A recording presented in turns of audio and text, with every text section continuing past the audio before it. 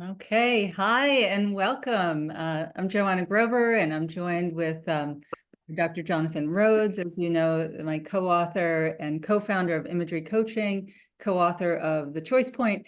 And today we have an incredible guest, a hero really for us. Commander Susan Kilrain is joining us for today's webinar. And I'm excited to share that Susan has quite a career of being at high altitude. She has clocked over 3,000 hours flying all sorts of various aircraft, including being the youngest to pilot the space shuttle and one of 3 women to pilot the space shuttle. She is incredibly resilient and has made it as a woman in a man's world and beyond. So we're talking to her today about setting goals, lofty goals, as we say, for the beginning of the new year. So thank you, Susan, for joining us. It's my pleasure to be here.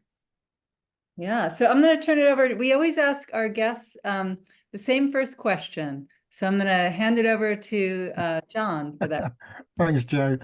Perfect. Yeah, so I suppose where we just want to start is what role did imagination play in your childhood? I mean, did you think you were going to be an astronaut? Was it on the cards from the get-go? Oh, goodness, no. In fact, my children's book that I just wrote is called The Unlikely Astronaut, because I never thought that would have been possible. Not in the days I was growing up, not in the schools I went to, and not in the family I had. And, but imagination in my day was all you had, pretty much, especially if you didn't have any money. So we made our own fun and used our imagination to do pretty much everything. Yeah. So, okay, we're going to fast forward from you being a young child to you being in high school, right? So I read that you started flying and you got your private pilot license. I'm imagining a single engine private pilot license when you were in high school. Can you share more about that? Like what? That's not so common. Back when I was a littler, my dad used to take us to the local airport to watch the airplanes take off and land, mainly because it was free. And I just fell in love with airplanes and thought, boy, one day I would love to be able to fly like the pilots that I saw. Of course, it didn't seem very likely at the time because I had no money. And anyways, and there was a kind of a contest at school that if you got selected, then you would be afforded the opportunity to do whatever it was that your dream was that you had written about. And that's what got me started on my private pilot's license. Amazing. I was gonna go to, because I know there's a great story about you. Is it a bobcat? I want to say it's a bobcat. I'm not. You're gonna put me on the spot here, but flying the first, being the first female to fly that fighter plane. Could you kind of tell us the story? I mean, I know it a bit, but I love the story. Stories. It's the Tomcat, the F-14 Tomcat. Yes. What's the bobcat? Is that a plane? Featured in a lawnmower. I think it's some sort of mower. Exactly. I think it's lawn equipment. Anyways, or maybe it's lawn equipment. Anyhow, yeah, back when in the US they opened up carrier aviation and combat aviation for women, I got selected to go to the East Coast F-14 squadron and learn how to fly that for, so I was the only woman there and the first. And so there's a whole bunch of stories. I'm not exactly sure which one you're referring to. The engine failure, was that that one? My first flight, my very first flight. Yes. It was not your typical first flight, but the commanding officer had elected to be in my back seat as my instructor. And in the Tomcat, there are 2 people in the airplane, but only one has any flight controls, and that's me, the pilot, in the front seat. And my commanding officer, Captain Chuck Wyatt, was in my back seat, I guess really to find out if the girl could fly.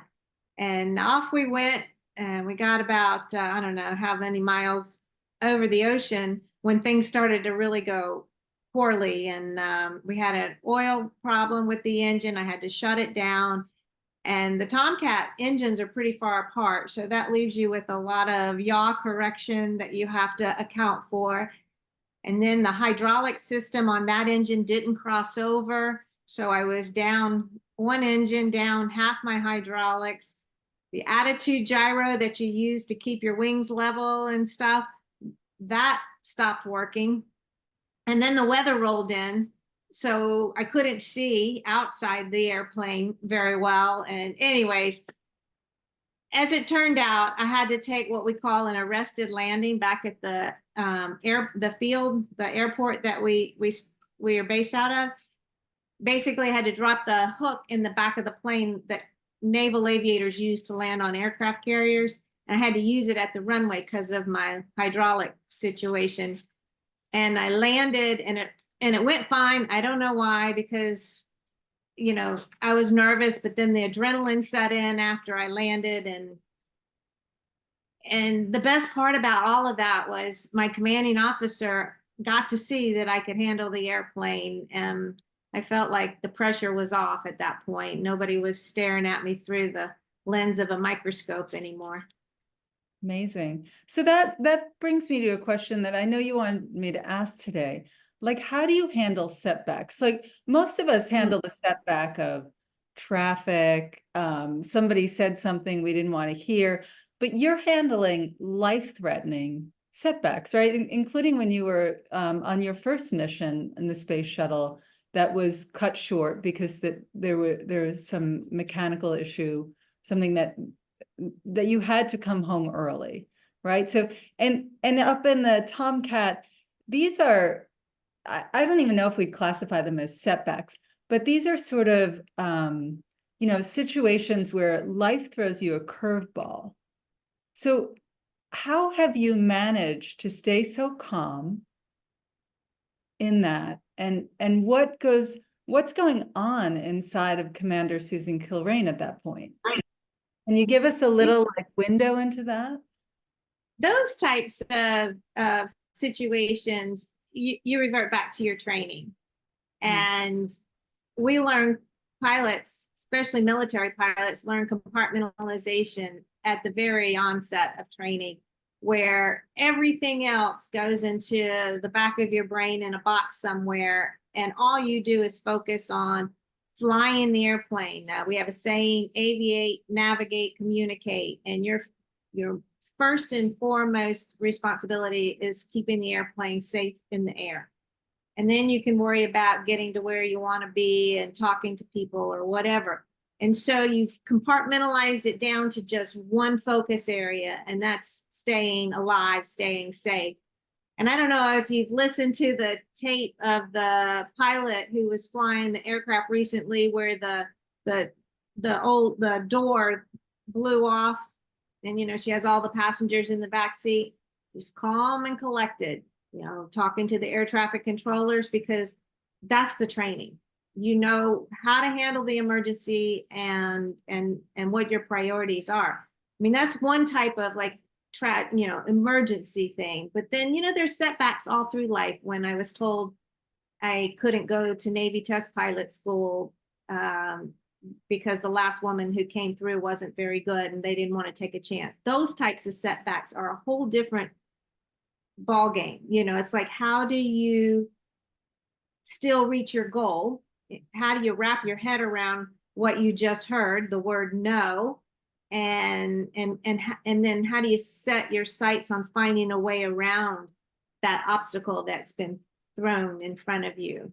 And that just takes, resilience and determination and a little ingenuity, So do you have so you use aviate, navigate, communicate, right? I've heard from other friends of mine who are doing their private pilot's license. It was climb, confess, communicate, right? Communicate seems to be the key thing, right? You have to communicate. I have a problem, we're going to need whatever runway.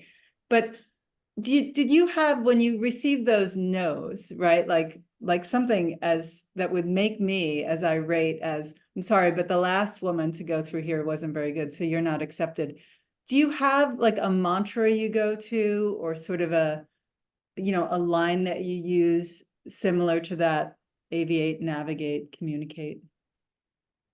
I kind of think of it that it applies to lots of things in life, not just flying, although the words are flying related, but you know, you have to first maintain your composure at the moment you hear the no, and then you have to figure out where you're going to go next. And perhaps you need to communicate to your mentors, your sponsors, even to yourself, you know, about this new plan. And I think that aviate, navigate, communicate kind of applies to everything in life. I like it how it's all simplified. You know, I think that that's a really key part of this as well, is that you're taking something that's high pressure, high stakes, and simplifying to the nth degree. And I think it's interesting also that, you know, it's almost like a maze, like going through a maze, and every corner you take, you're learning. This isn't the right route. This is a bit of adversity coming up here, and you're altering your path. You're navigating based on what you're learning about, which I think is really fascinating. You can all learn a lot from that as well. In episode 1, we had Dr. Colleen Hacker on, and she spoke a lot about parking thoughts. You know, you said compartmentalizing. You know what you're experiencing. How do you do that? Is there a debrief that goes on for you? How do you do it? It's kind of a learned skill. You know, folks that ruminate over something and stress over it and can't sleep because of it, it's the opposite of that. It's learning how to put that stressor aside for now. I will worry about that another day or at another time, because I need to get a good night's sleep because I've got this going on tomorrow. And so figuring out a way to occupy your mind with something else so that that thing is not right there in the front of your mind. And that's a learned skill. And I'd like to say it's great if you can teach your kids how to do that when they're still young and very flexible mind-wise and everything else. You know, it's a little harder to learn those skills the older you get and the more set in the ways, you know, your ways you get. But I think it has served me well throughout everything that I've done. You know, Jonathan, you and I talked, I think right before I climbed Kilimanjaro. That's the last time we talked, right? It is, yeah. Yeah, and I have to tell you, you know, the climbing itself wasn't that hard, but we got to the afternoon of the day where that night we were going to get up to go to the peak, the last little push to the top. And our leader called me aside and said, I don't think you can go. And wow, I hadn't been hit on the head by such type news in quite some time. And you know, one, I have no sleep. I've had no sleep. I've got no oxygen in my brain or anything. And I was like, what?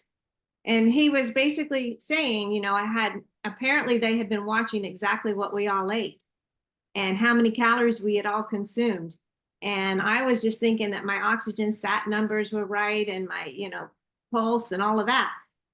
And the kitchen spy had been telling him how much I had or hadn't eaten, you know, and I was devastated. And I just looked at him and said, what do I have to do? And I knew I could make it. And he said, well, you know, he handed me like 100 crackers and some juice and said, you have to consume all of this in the next hour. So Yeah. wasn't I think easy, that's the nice version of I bet what you said to him. I bet you were a lot more direct with, I'm going to be doing that. Right. I was like, you've got to be kidding. You're telling me this now, like 3 hours before we're supposed to start? Could you have not told me this 3 days ago? Like we're watching what you eat. But that's amazing, because you've had some huge goals. I mean, that's a huge goal, looking down, I'm guessing, from the space station, looking down and seeing Kilimanjaro and then looking up. I mean, that's an unusual thing to do. How did that all come about? Well, what's the process of you going, I'm going to do this? I mean, obviously we worked together, but what was your process? I didn't want to do it, actually. My daughter wanted to do it because her friend was doing it, and I couldn't let my 16-year-old fly to Tanzania by herself. So I said, all right. And I really was not in shape and had to train for it. And I trained at sea level to climb a mountain that's, over 19,000 feet tall. But it all worked out. The climb itself physically was not hard. Coming down was harder than going up, I thought. It's slow. You just climb so slowly. The lack of sleep, the lack of oxygen, yeah, that's kind of a pain. Yeah. So you worked with Jonathan. We had this conversation when we met about you writing a beautiful blurb again for the book. Thank you very much. And then you had shared this goal to hike, and I had asked if you wanted to try some imagery. Do you mind sharing like how imagery, what you gained from that experience? How it helped you get your goal? It's funny because I read the book, and all along I'm thinking, gosh, I could use this. And I wasn't even really thinking of the Kilimanjaro climb part of it yet. I was thinking of it from there are successful people out in the world that aren't necessarily successful in every aspect of their life. I can say there are people that are very successful at work, but they pick lousy partners to date or marry or whatever. It's just everybody has things that they're not great at, perhaps. And I was at the time I was thinking I could use some of this to one, help me with Kilimanjaro, but also to help me with the things I would like to change in my life. And so that's when you put me in touch with Jonathan, and we started talking, and we had a lot of, I think, success. And success that tools kind of that I can go back on in the future when I have things I want to accomplish and obstacles I need to overcome. Yeah. Do you mind sharing one, like keeping it really practical? I think for a lot of us, one is my addiction to Diet Coke. Yeah. Okay, yeah, let's talk about something like that, right? Because some people out there, my addiction to Diet Coke, throughout my life, and I wanted to kick the Diet Coke habit before I climbed Kilimanjaro. And it's such a simple thing. You say to yourself, well, just don't have one, and then you usually, for me, if it's a stressful day, then that's kind of my go-to, which I think is somewhat better than going to vodka or, cocaine. But in any case, mine was Diet Coke. I think we can agree. So, yeah. Was it? Yeah. But I think that what first worked for me was the fact that I had to report into Jonathan once a week. And so that made it a lot easier to say no. And then to the imagery and the visualization of, okay, what am I going to do instead? And where are my weak points, like traveling in the car, stopping for gas? What am I going to do instead? And having that already planned out in my head before I got to the gas station, and maybe even before I got in the car, to know, okay, this is how I'm not going to have a Diet Coke on this drive. And it made total sense to me, and it worked, and it still works. So, but thank you very much. Amazing. No, amazing. And I think everyone's got their fix of whatever, relaxes them, or, they might need. And I think it's also having a goal that's bigger than you. And obviously Kilimanjaro is a huge goal, and also doing it with, when your core values of family is essential as well, to kind of wear that with you, and obviously work towards that. I've got a question. What's your next biggest mission? Because you're a person that's kind of really focused on goals, and you said about the book coming out as well. Sorry, it's out already, isn't it? The book. The children's book is out. Yeah, the children's book is out. The next one is the other book that I've been. Didn't want to give too much away. Yeah, that's the big one. It's a book that I'm writing, have been writing, and need to finish on just it's for mainly for women in male dominated fields, because I've been in several, and kind of my life events and how I overcome some of the prejudices and obstacles and recommendations. And although I came through most of this 30 years ago and would have thought things would have been completely resolved by now, it's not. And in some cases, I could say maybe it's even worse, especially now when, I don't know, people seem to be a little less friendly sometimes these days. So that's my next big goal, is to get that thing wrapped up. I do have an agent now, and I'm looking forward to hopefully getting it finished and published and out the door. Oh, I can't wait. I'm looking forward to that one.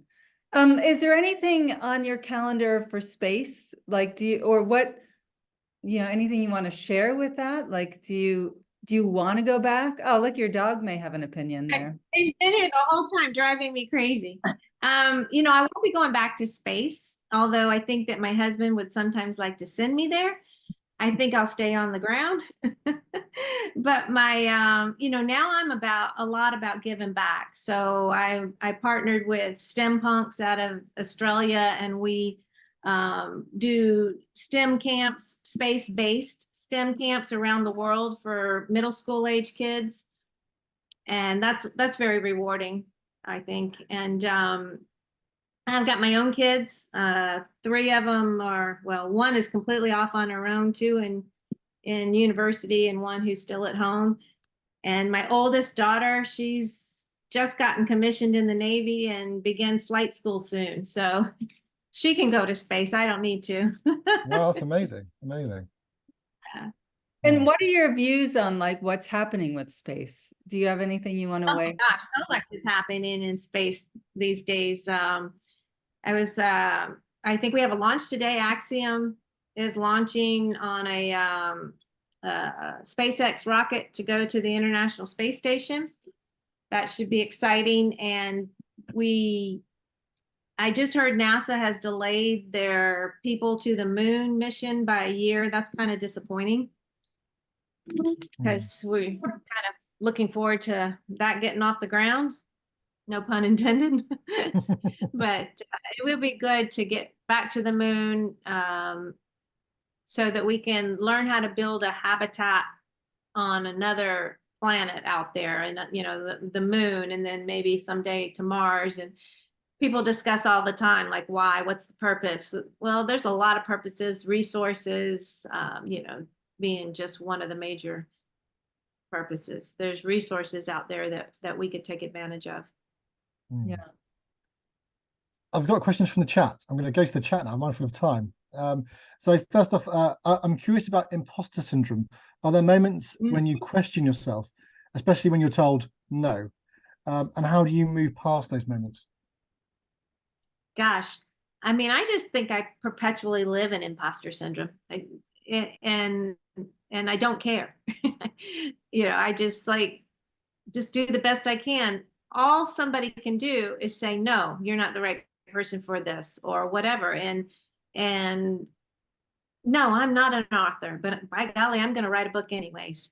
And I am a partner in a venture capital group. And no, I knew nothing about venture capital when they asked me to come on board. And no, I didn't feel qualified, but they asked me, so they obviously saw something in me that I didn't. And imposter syndrome, mainly women. Men typically don't suffer from imposter syndrome. And I think it's because women in general think we have to be 100% qualified for something in order to do it or apply to do it.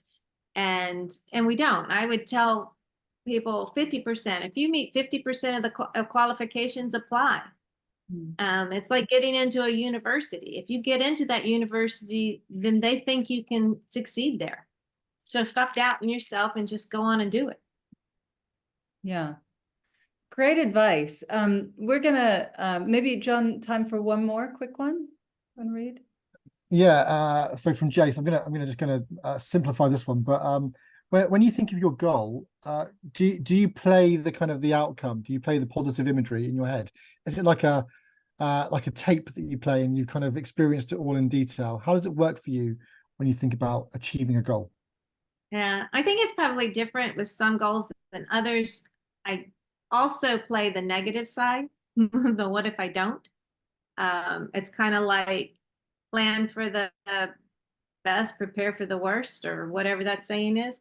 But yes, like climbing Kilimanjaro, I did. I planned for standing at the top of that mountain and what I was going to do when I got there, and probably wrapped my head around the 7 hours push to the summit in the middle of the night in the freezing cold and sleet.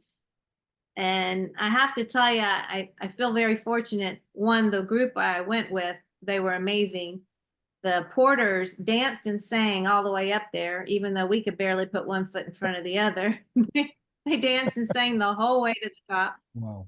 And I don't even know what to call it, but luckily or divine intervention, every time I took my eyes off my feet and looked up at the sky, I saw the constellation Scorpion.